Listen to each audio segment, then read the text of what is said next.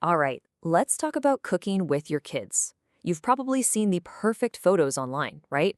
But in your head, maybe you're picturing a flour explosion and total chaos. In this explainer, we're going to break down how to turn that potential mess into something that's not only fun and safe, but also incredibly rewarding for everyone. First things first, let's just get this out on the table. Your kitchen is not going to look like a flawless Instagram post. And you know what? That's more than okay.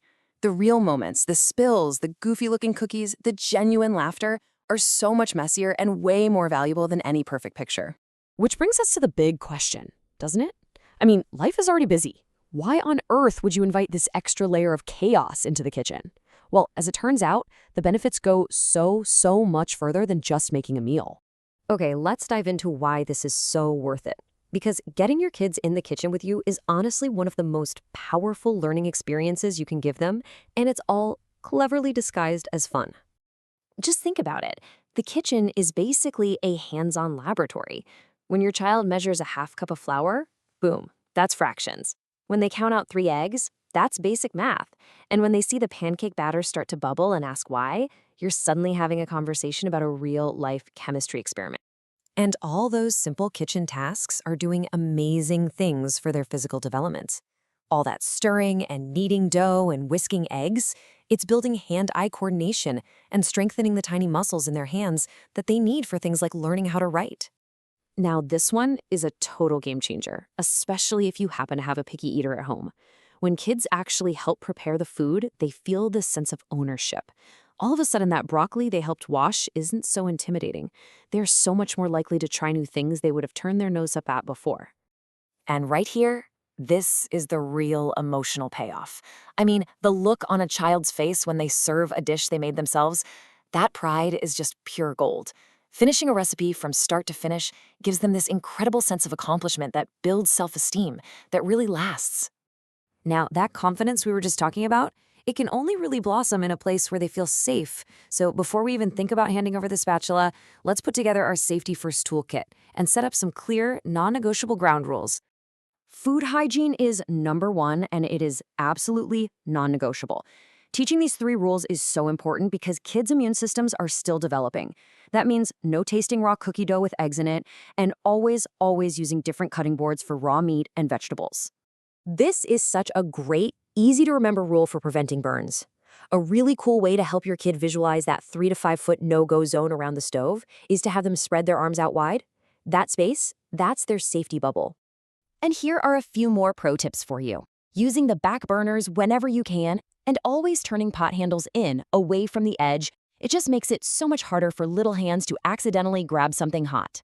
These little habits make a huge difference. Okay, so our safety framework is in place. Now we get to the really fun part. What jobs can you actually give your little sous chef? The key is matching the task to where they are developmentally. This table is a fantastic starting point. A toddler can have a blast washing veggies, a 5-year-old can knead dough, and an 8-year-old can start learning to use the microwave while you're right there. But you know your child best. This is just a guide. You're the expert on their maturity and coordination. All right, it's time to talk about the elephant in the room, the mess. Look, it is going to happen. There's just no way around it. The trick is to completely reframe it in your mind. A mess isn't a failure. It's actually the sign of hands-on learning, of exploration, and of genuine fun. This slide really captures that mindset shift. We're not trying to create a sterile, perfect kitchen. We're trying to create a space where it's okay to make mistakes, where the process itself is celebrated, and where the real goal is just connecting with each other. Now, all that being said, we can definitely manage the chaos. Prepping everything beforehand, a technique chefs call mise en place, is a lifesaver. Using a big mat under your workstation to contain spills and making cleanup part of the fun from the start will absolutely save your sanity. So, after all the prep, the cooking, and yep, the cleaning, what's the real takeaway here? What's the lasting reward for this big investment of your time and patience? Let's start with this really sobering number. Every single day, about 300 kids in the US are treated in emergency rooms for burns. The safety skills you're teaching them in the kitchen, like that 3-5 rule, they aren't just for fun. They are fundamental life skills that can prevent a serious injury. You are teaching them how to be safe for the rest of their lives. Because at the end of the day, it's about letting go of that pressure to make everything perfect.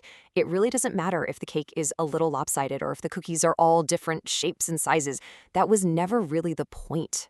And this right here captures the true result. The real thing you're serving up isn't the food. It's a more confident, more capable, more independent kid.